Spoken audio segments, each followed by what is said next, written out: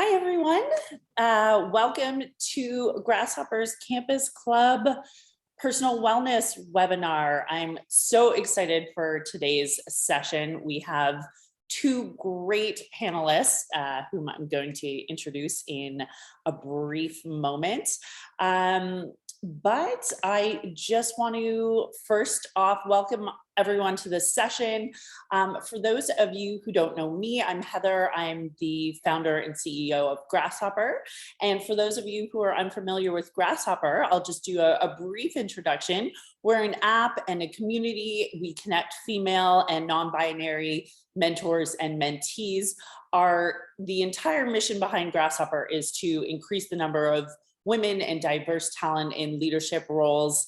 And we do that by bringing women together, inspiring women, coaching women, and giving each other a leg up. So we've included our website at the bottom of the page, and there'll be more links as we go through this presentation. Why are we talking about personal wellness? Well, first off, this session is part of our Campus Clubs program, which is a 10-month program for students. We're focusing on providing you with the tools, so leadership tools, soft skills, and a few hard skills to get you through the pandemic and hopefully provide you with those skills to grab those opportunities that you're looking for, either post-graduation or during school, internships, jobs, you name it. These skills will help you in any of those avenues. So, and personal wellness, it's been an overwhelming year for all of us. So, with COVID, with school, with work, and quite frankly, the isolation that we're all experiencing with being in this new virtual world, we thought that we would take a little pause from some of the soft skills and the hard skills that we've been teaching and talk about personal wellness. With all of this going on, it's really hard to feel a sense of balance. And we need balance to be successful in several arenas. So in our studies, in work, and in our relationships, ultimately, we want to achieve personal wellness for the reduction of stress, to prevent illness, and to ensure positive interactions with each other. So we've brought on these two fantastic women who have really honed their skills in, and we're really going to focus on mental, emotional, and physical wellness here, but we do know that there are so many different categories and things that we can think of when we do think of wellness, but those are sort of the three that we're focusing on for this session. And they're going to share their experiences with you and hopefully leave you with some tips and tricks on how to restore balance and how to think about wellness in those three areas. So without further ado, just quickly on an agenda point here, we're going to do introductions. Both Venus and Cara are going to tell us a little bit about themselves, and then we are going to go into a Q&A. Perfect. So yeah, so Venus, would you like to start? Sure. My name is Venus Morris Griffin. I am the mother of 7 children. I sell real estate in Augusta, Georgia. My journey started many years ago, and I've just written a book to hopefully help other young people as well as adults navigate through the challenges and adversity of life. But I share my story of being on the verge of homelessness at the age of 14 and watching my mother and go in and out of rehabs and jail, and my brother as well, and my sister. So just growing up with a very difficult childhood, working, being on my own, trying to find my way, finally making it to college, working 2 jobs to put myself through college with all of the stress and anxiety that comes along with that, to marrying my college sweetheart, to becoming a stay-at-home mother of 6 children for nearly 20 years. And I tell people I thought I had life all figured out. And your life can change in 10 seconds. And you've got to decide what you're going to do with that. So shortly after having my 6th child, who was probably 6 months old, my husband went to prison for 45 years and left me with 6 children, aging from 15 to a nursing infant. And I was hundreds of thousands of dollars in debt, had no idea how I was going to even meet their basic needs. And you got to decide what you're going to do with that. And with every person's life is different, the adversity they experience, challenges, stress, emotional well-being, you have to decide quickly, okay, how am I going to handle what I'm going through today? Because you've got 2 choices, which is to be a victim or to say, okay, I'm going to do this and I'm going to do it with grace and dignity, and I'm going to get through it. I'm going to be better for it. So that's where I'm at now. I had just gotten my real estate license, lived in a 2-bedroom with 6 kids for several years, and share my story of all 6 children just pulling together and helping each other to figure out how to navigate through life, and quickly going from like in debt, not knowing if I were going to be in the projects, to making 7 figures within 7 years and speaking all over the country to try to help other people come through their own darkness and see light. So that's why I'm here. I'm no expert, but I can share my wisdom of my journey and how I was able to get through that and somewhat maintain my emotional well-being throughout it. So thank you so much, and thank you in advance for sharing. We're so excited to dig in on everything that you just shared with us. Cara, how about you?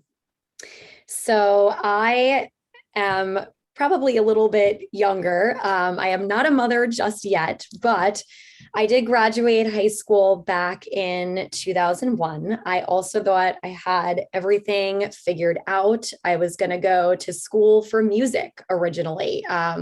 So I went off to SUNY Fredonia. I played flute. I was all ready to go for music performance, and I realized there's just not, as much as I loved doing it, there's really no career at the end. Very difficult to actually keep that as a steady income and career. So I switched majors. I ended up leaving that college. I came back home in 2002. I transferred to a local college. Then I thought I want to be an elementary school teacher. I started pursuing that. Thought it was my dream. I made it all the way to the end of 4 years. I was in my student teaching phase. By the time I realized, you know what, the student teaching is not for me either. So I decided I'm going to finish school because at this point I have a semester left. So I did it. I got my degree in education, but all the while, I just knew that I loved health and wellness. I loved fitness. So in my last year of that college, I was in junior year, I decided to get my certification in personal training. That's where I started off with it. I don't know if you guys remember, there was Lucille Roberts. I think they may be still around, but they're kind of dwindling now. So I got my first job there. I was a trainer there for about, 5 or 6 years. And I knew that I had to keep delving forward to discover new things about myself to help more people than just the people at Lucille Roberts. So I started traveling to homes. I founded a sole proprietorship, CGM Fitness. And then I started branching out to more gyms, traveling to more homes.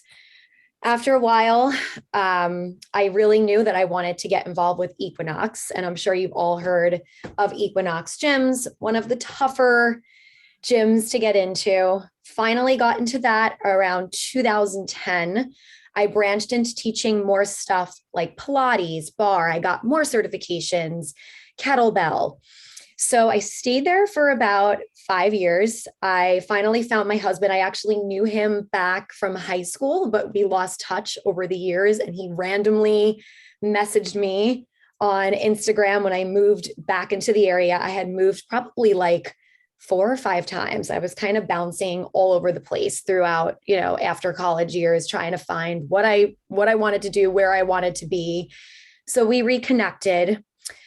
We got married in 2019. I thought I had it all figured out. I'm like, oh, I'm going to do this equinox. I'm going to travel to people's homes. And then the pandemic hit. We had literally just moved into our dream home back in 2020. We moved in a week before the pandemic hit. And I lost my job at Equinox. They had to close. I could still, see clients, but I'm like, I really shouldn't be going into their homes back and forth. So I'm like, what am I going to do? We have a mortgage now, and I don't know how we're going to pay for this. So I decided to bring everything in 2020 online. I bought my classes online through Zoom. So now I still to this day, which I'm loving, teach virtual fitness classes online 6 days a week. I do Pilates. I do my own trademark format called Let's Work. It's lengthen, elongate, tone, stretch, HIIT workouts. I do a variety. And I also still train my one-on-one clients on the internet as well. And I find they are still getting the same workout. I still have the connection with them. We meet once in a while to chat, to talk, to keep that connection. But I save so much time not being in my car, driving around 90 miles a day from one gym to the next. So I thought I had it all figured out too, going to college for all these different things. And literally things change every day. Like you never know when life is going to change. And soon I'm hoping that I'll be a mom soon too, hopefully within the next year or two. We're trying. We'll see what happens. Well, good luck. And thank you so much for sharing. I'm seeing a couple of themes coming through here. So one is that, change is constant. The other is, that we should all, I was going to say enjoy this winding road, but sometimes it's hard to enjoy the journey, but it's definitely a journey. And then there's resilience. So we're going to get into that. The first question that I have for both of you is, why is personal wellness important to you? And either one of you can take a shot at this first. I guess who you wants to go first? You go first. All right. So for me, it's what kept me trucking through all the adversity. Like sometimes in college, I was working 3 jobs during college to stay afloat. I didn't come from a lot of money. My parents were not paying for all my college tuition.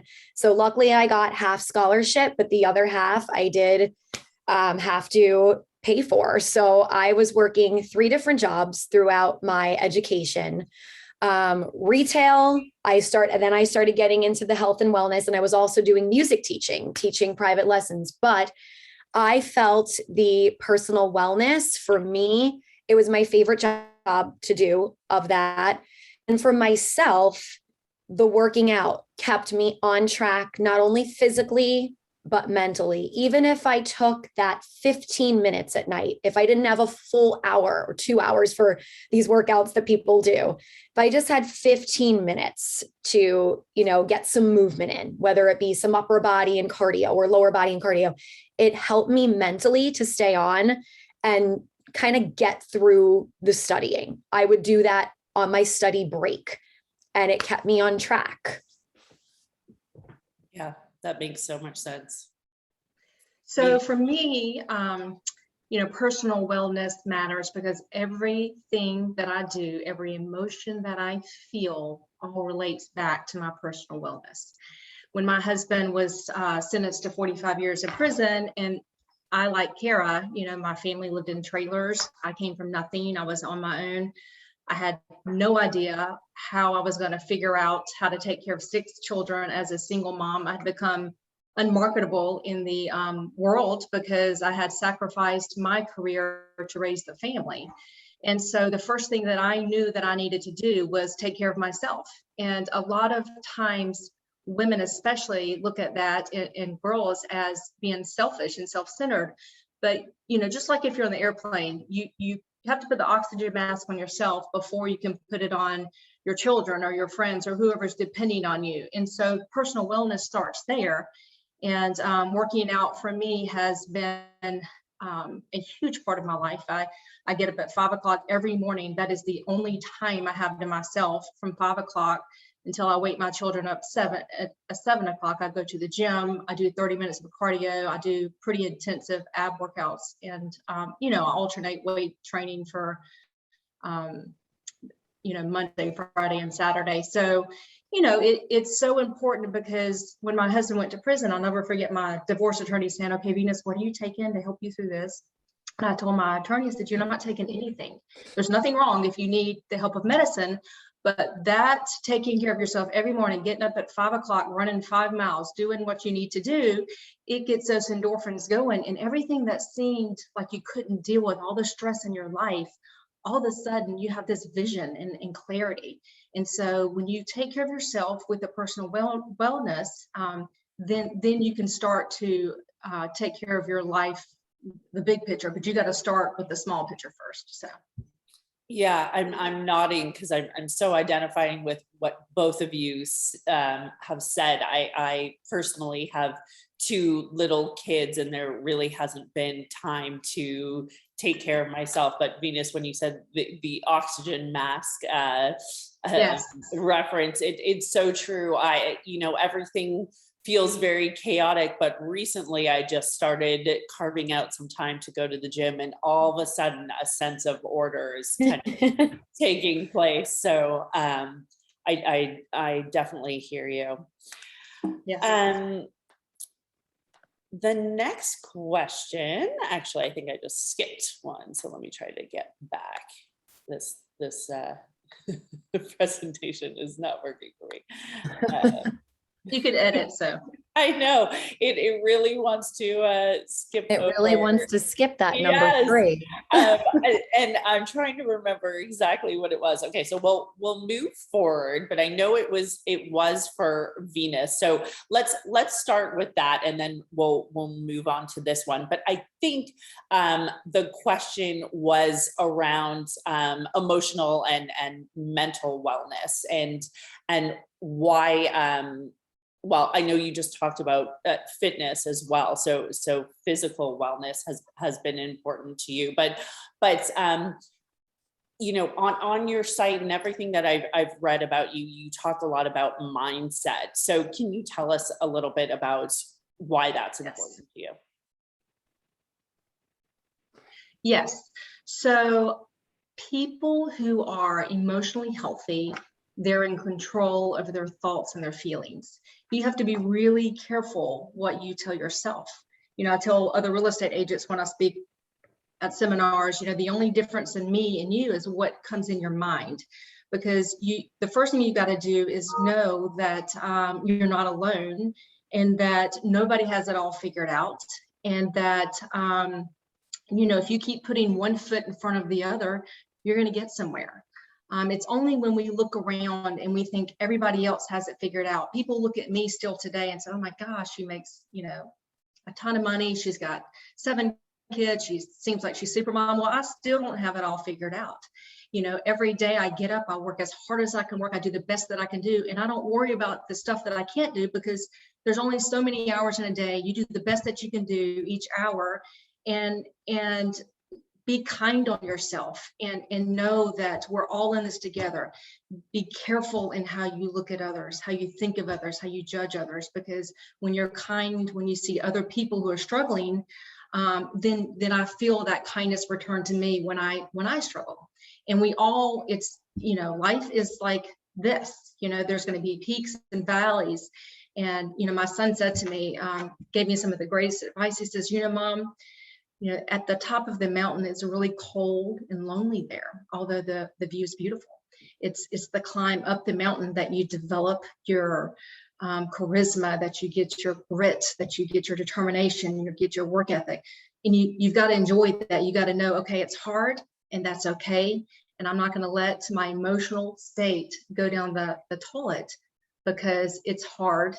And I'm looking around and making assumptions about other people and how they've got it figured out and I don't. So I think that be careful, guard what you say to yourself, and always do your best to be your best, and know that there's going to be good and bad times in every life. So Yeah, just to dig a bit deeper on something that you said about be careful how you're looking at other people and judging other people, but that sense of, yes, or the tendency to compare yes, ourselves to others always creeps in. And I know that right. you said you have to guard yourself. Do you have any tips for rewiring or how, training that voice in your head Right. so that Well, you're not constantly stuck in that loop? so with other women, we tend to, women in general, when we look at someone who's seems like they're making a lot of good decisions, they're super successful, we have to work on cheering for each other instead of trying to tear each other down, because women in general, I think a lot of women want to find fault versus the good in other people. I have a rule with my girls and my sons. I tell them, you only put yourself around people that are better than you. And when you see somebody who you think's messing up, what I say to myself is, I'm no better than them. I make mistakes, and stop it. And if you tell yourself to stop it enough times, you'll stop it. And when you extend that kindness to that other person who's struggling, then when you have your own adversity, some days are better than others, you tend to be kinder to yourself, and you don't look at other people and think they're judging you harshly because you've extended a courtesy to them. So yeah, thank you for that. Okay, Cara, this yoga pose here is I know, I'm laughing. so distracting, so let's attack it. Personal fitness, you talked a little bit about this, but why is this a career fit for you? So it is definitely what I'm most passionate about. So I know I can bring that passion to other people and get them excited for it. At first, it was not easy, like doing my first workout, going to the gym and experiencing that. I was like, I cannot do this. I was also growing up, definitely one of those kids, and I don't know if schools still do this anymore, when they would pick per team and say, oh, you're first, you're second. I was always either like the second to last or last kid picked. I was not a fit kid. I didn't like sports. I was afraid of the kickball being thrown my way. But as I started, really getting into the fitness realm, I said, oh my God, I can do this. When I actually stayed for my entire first class and I made it through that hour, I felt so good mentally and physically that I'm like, I need to bring this passion to other people. There's also so many different avenues with fitness that you can go down. There's one-on-one, there's studios. Now that virtual has come about, there's just so many different things, Pilates, bar, and no one really realizes it until you're in the field, just how many avenues there are and what you can actually do with it and how many people you can reach. Like now I'm reaching people that are from Florida or Texas or even like different time zones, and they're able to come to my classes or take a recorded class. And for me, it's just bringing that passion to other people and letting them feel empowered, because I didn't always feel empowered. When I first started, I had that vision of me back in school with the kickball coming my way. And I was like, no, I can't do it. I'm not good enough for this. But I feel like it's definitely helped me mentally and bring that mental motivation to others that you can do it, and not to let that voice get into your head that you can't, because I was always one of those. But it's definitely empowered me, and I love bringing that empowerment to others, if that makes sense. It totally makes sense. Thank you for that. This next question is for Venus. So mothers are always asked, how do you balance your career, your children, all the competing priorities? Students have something similar. There there's so much on students' plates in terms of work and jobs and relationships and thinking about their careers. So, as a mother, do you have any tips for students trying to balance multiple priorities? So I would say make a plan, come up with a daily plan so you have goals.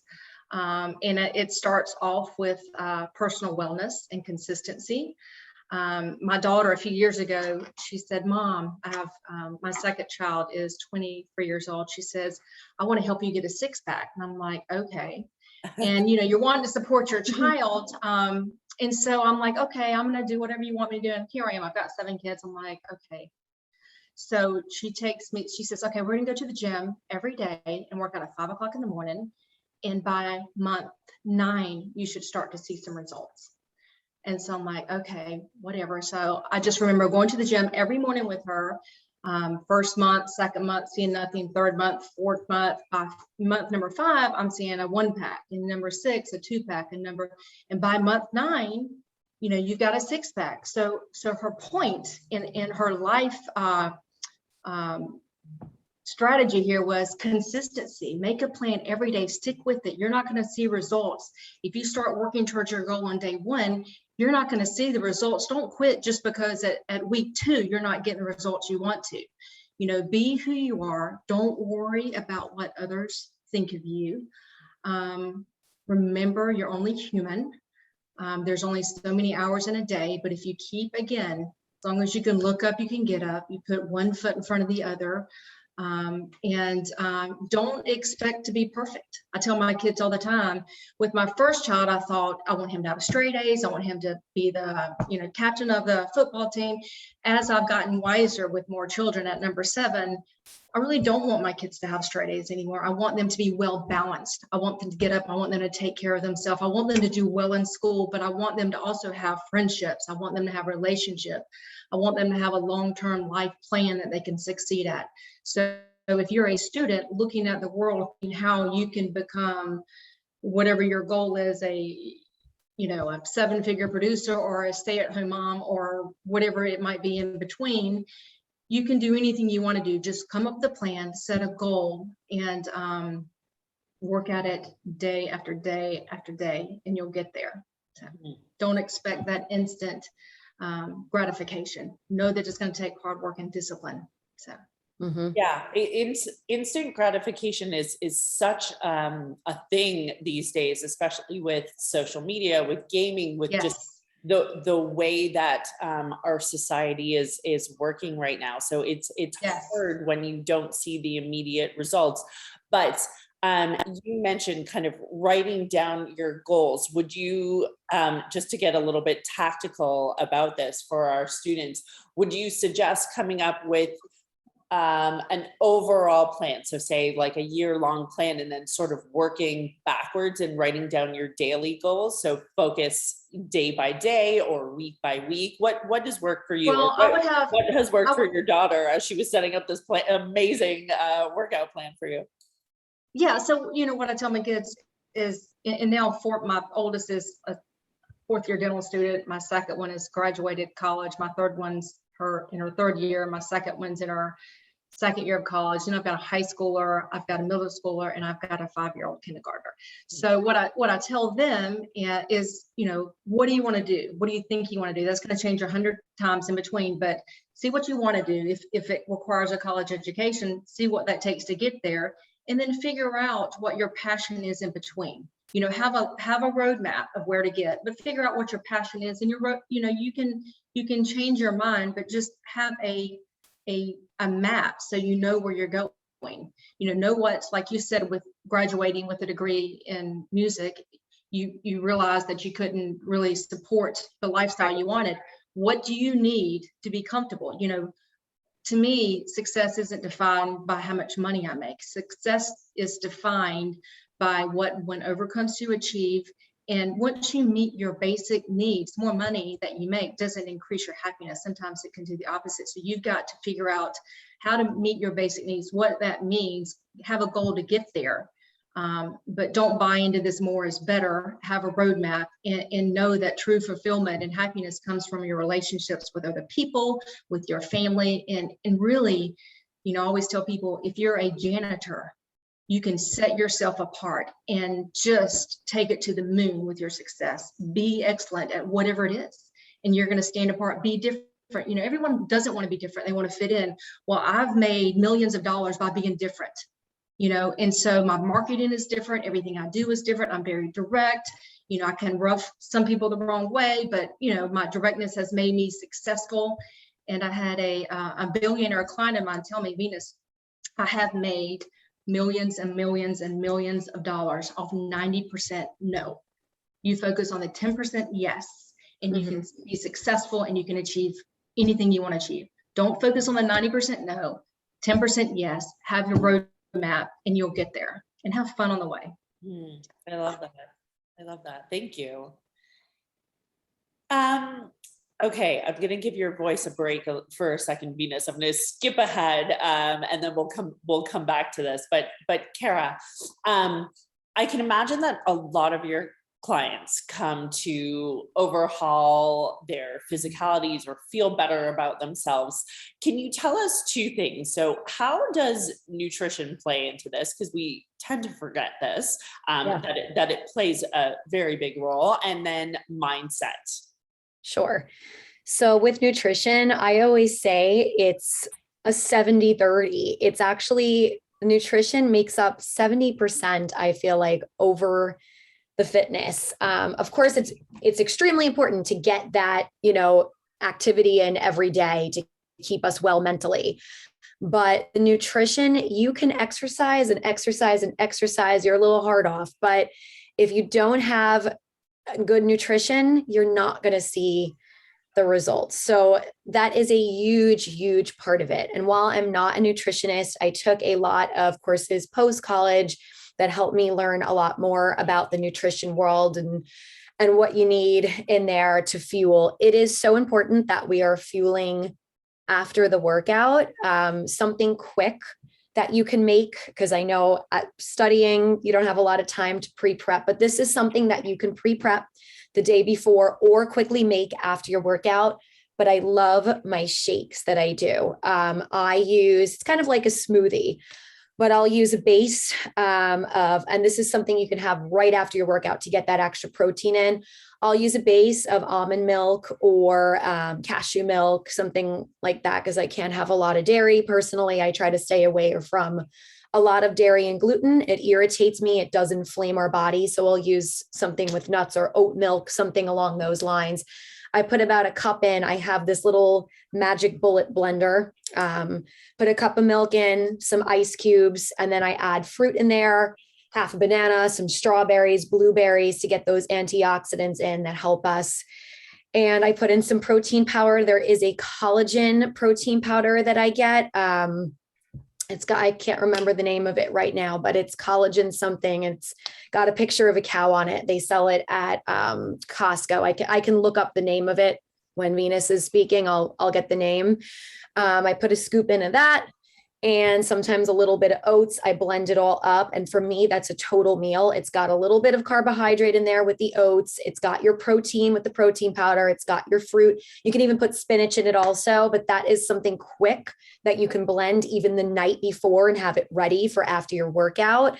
Also little meals. For me, that works best. We all have to figure out what works best for us, but it is certainly not best to wait until the end of the day to not fuel throughout and then be eating everything at night. Even if it's quick snacks like a Larabar or a bag of mixed nuts, but you got to keep fueled through the day, which helps our mental state too.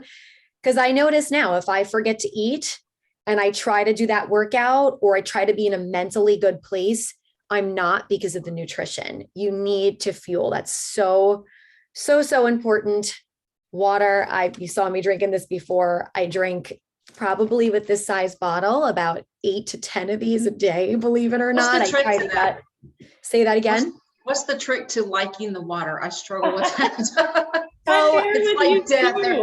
Yeah. You can't, if you haven't really been drinking enough, you can't go into zero water to 10 of these a day. You have to gradually increase.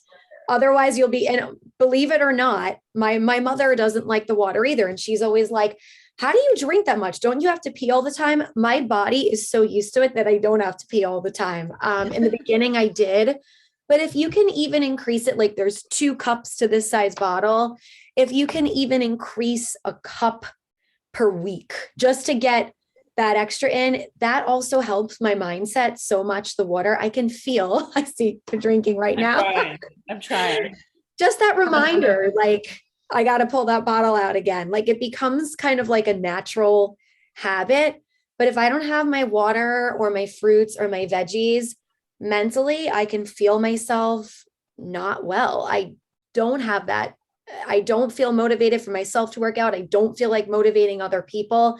It's something that I've made into a habit, and nutrition is a huge part. Having those little meals throughout the day, the shake that I spoke about, which I will get the name of that protein powder that I love so much, and vitamins. I do take a good Women's Code is a good one. Women's Code multivitamin. They are like an all natural. You can look up the brand. They're great. They're on Amazon. You can get it on there.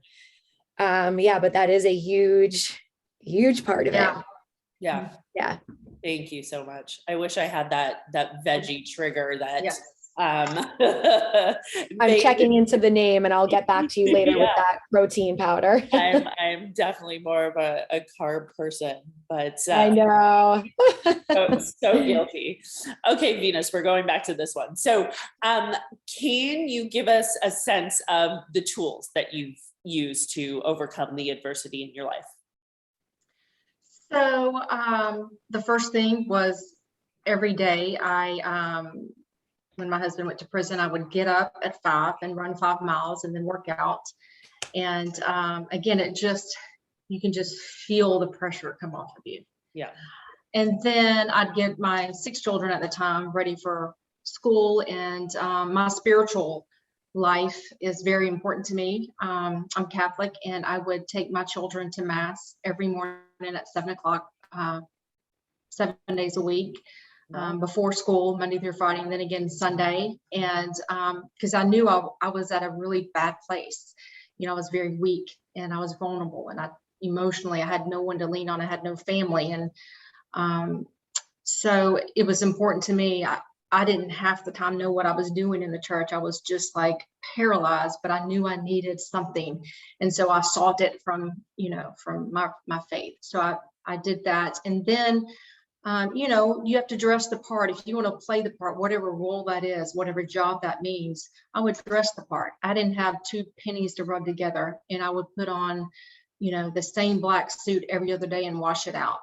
And I would show up like I had $10 million and could conquer the world. And I felt great and I looked great and I took care of my body, because the way you treat yourself tells people how they should treat you. If you're not taking care of business at home, how you look, how you feel, and the eating is so right.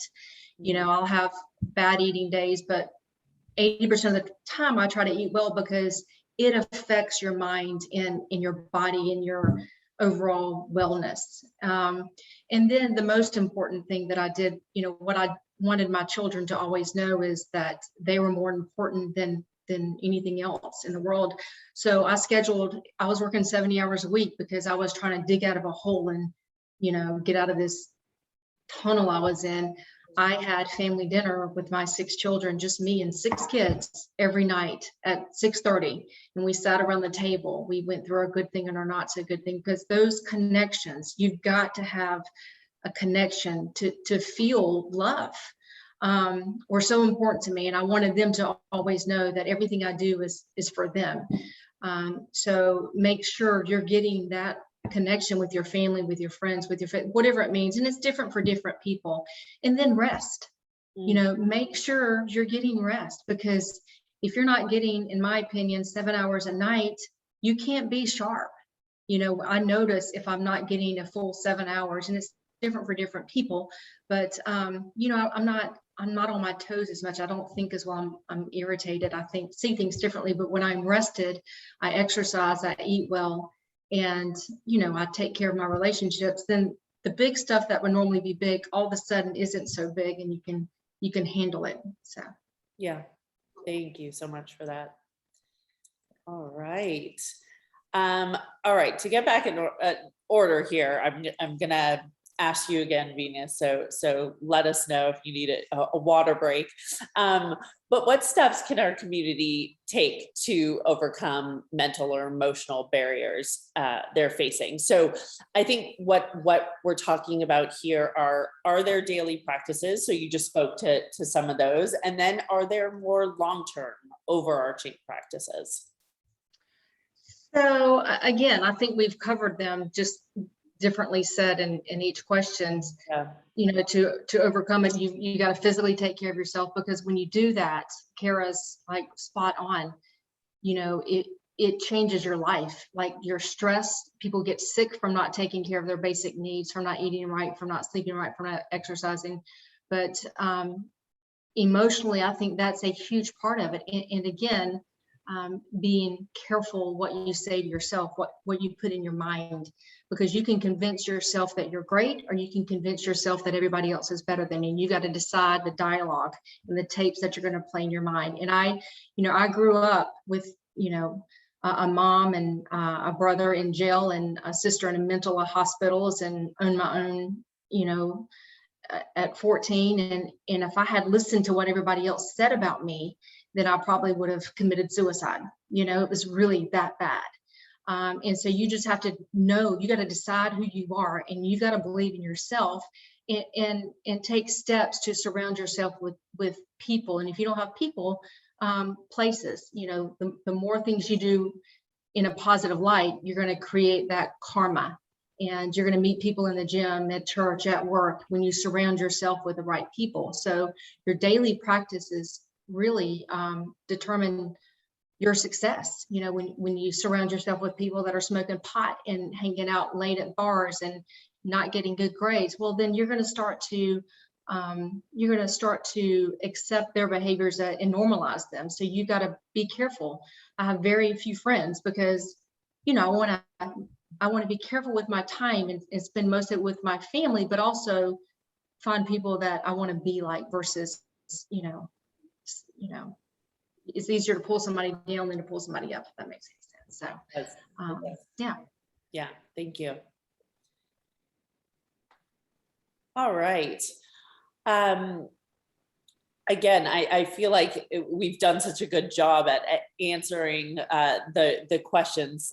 So we might have already answered this one, but physical wellness provides so many benefits holistically. Cara, what might these be? So I was actually just thinking, as we were speaking about the last thing, the physical wellness helps me get rest. Like when I set my schedule up, I actually, and this might help some college students out, I kind of write down my schedule the night before of the goals that I want to accomplish for the next day, but I center it around getting rest. So I know I need to get those 8 hours of sleep in. I'm setting my schedule around my rest. But holistically, when I work out, I actually get a better night's rest. I guess because that, you're putting so much into the physical workout that it kind of tires you out and helps you sleep better at night. So that is something in itself that I schedule around my sleep, and also the working out helps me get sleep. And we spoke about the nutrition before. I wanted to tell you that name of the protein powder. It's called Vital Proteins. That's the one. It's a Vital Proteins collagen powder. But even just mentally too, when we talk about different holistic things, we talked about this before. It definitely helps me mentally when I do my workout to empower myself. And I find myself being drawn to people who have that mental well-being, because I didn't always have the best of friends, and I felt myself kind of going down the wrong path at certain times. And the working out drew me to, I don't want to say better people, but people who had a better mindset, for sure. And I think that's what, you have to focus on when you're doing your college studies, is not just the studying, but being there mentally and physically and being drawn and helping to be drawn to the right mindset and the right people, if that makes sense. Yep. Yep. It's building a healthy community, Yeah. a healthy life practice. Okay. So with the world being so fast paced and focused on productivity, how do we find time to prioritize personal wellness? And this could be for either of you, if you have thoughts on it. You schedule it. It's that easy. You have to come up with a plan. Yep. Yeah. That's And what you I have to would get up say. early. Yeah. Yeah. Get up early. Don't sleep in. It's Putting it in the said than schedule. done, but definitely scheduling it and making those extra, when I have in the people day. Tell me all the time they don't have time to work out, and I look at them, I'm like, okay, I have 7 kids. I sell $60 million a year in real estate, and like this, you have to schedule it. You have to say, okay, I'm going to train my body. In the first, probably the first 4 months, you get up at 5 o'clock. You're going to be absolutely in a bad mood all day. It's miserable, but then becomes a habit. What is it, 12 weeks? I'm not sure how long it takes to develop a habit, and now like I crave it, so you have to decide if you want to be excellent and then just do it. Mm-hmm. Block off the time. Don't let anything be an excuse for taking over that time. Yeah. Right. Okay. And I don't know what you recommend, Cara, for working out, but I usually do 5 really hard days. And then if I'm stressed or whatever, I'll go to the gym just for a run or something, or on the stair climber, 30 minutes on a weekend, but I try to rest a couple of days, but Oh yeah. I always say, give yourself 1 or 2 days of complete rest that you're not, because the body does need to rest. You shouldn't be doing weight training more than 5 days a week. And I like to alternate muscle groups. If I did lower body one day, I kind of concentrate on upper body the next, but it's also changing what you do. That's why I kind of, with my program, I don't do HIIT workouts every day. I'll do a bar one day. And I feel if you do kind of change your workout, then you could work out more days of the week. If you do the same kind of boot camp style workout, you're going to tire your body out doing that multiple days in a row. Whereas if you kind of change the method and the modality of the workout that you do, you can get to more days. But definitely 1 to 2 days of complete rest is essential, that we give our bodies a break. And it also helps our bodies build on what we did with them. Because if we don't stretch and rest, our muscles can't build onto themselves if they're always in strain mode, if that makes sense. That's really and I used to worry about gaining weight with the weight training. And I'll tell you, so I guess about a year after I was doing intense weight training, I probably noticed about a 5-pound weight gain, but I was smaller, so it's a good thing.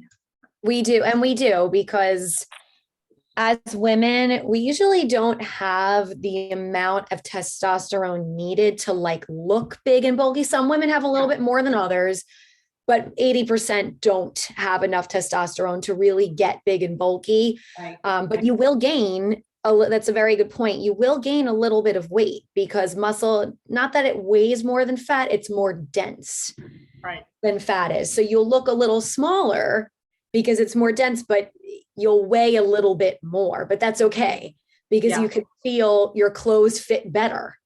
Mm-hmm. So it's okay to gain a little bit of weight if you're doing strength training. It's totally normal.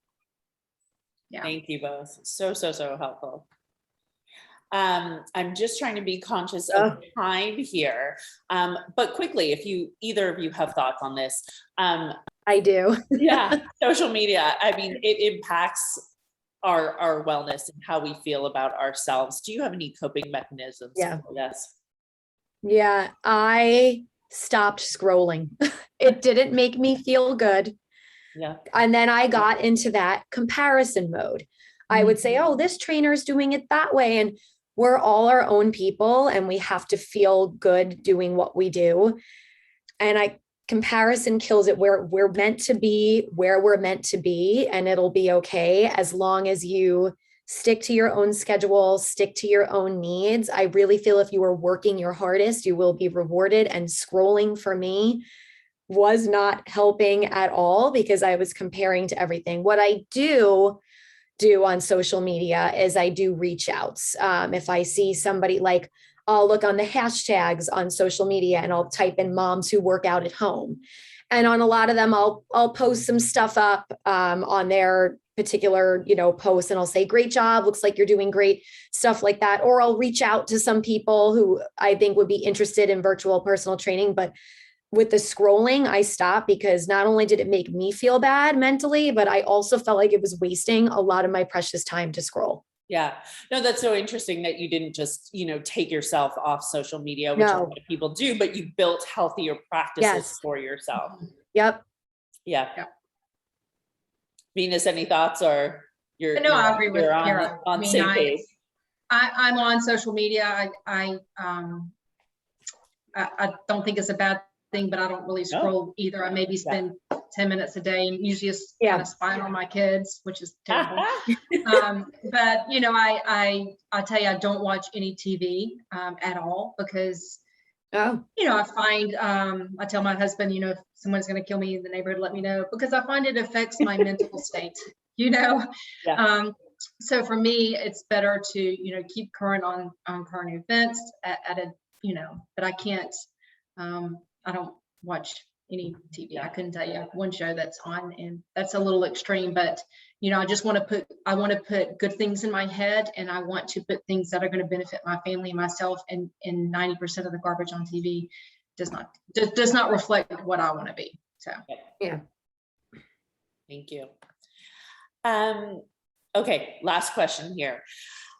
So for those who are thinking about entrepreneurship, how can they leverage personal experiences for career purposes? So both of you have done such a fantastic job at spinning what life has given you into, lemonade.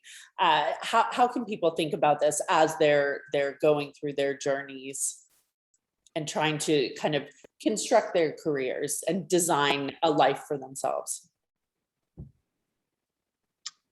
So I would say for me, being confident in who I am, knowing who you are, that will give you tremendous leverage in the business world, because people are going to feel that.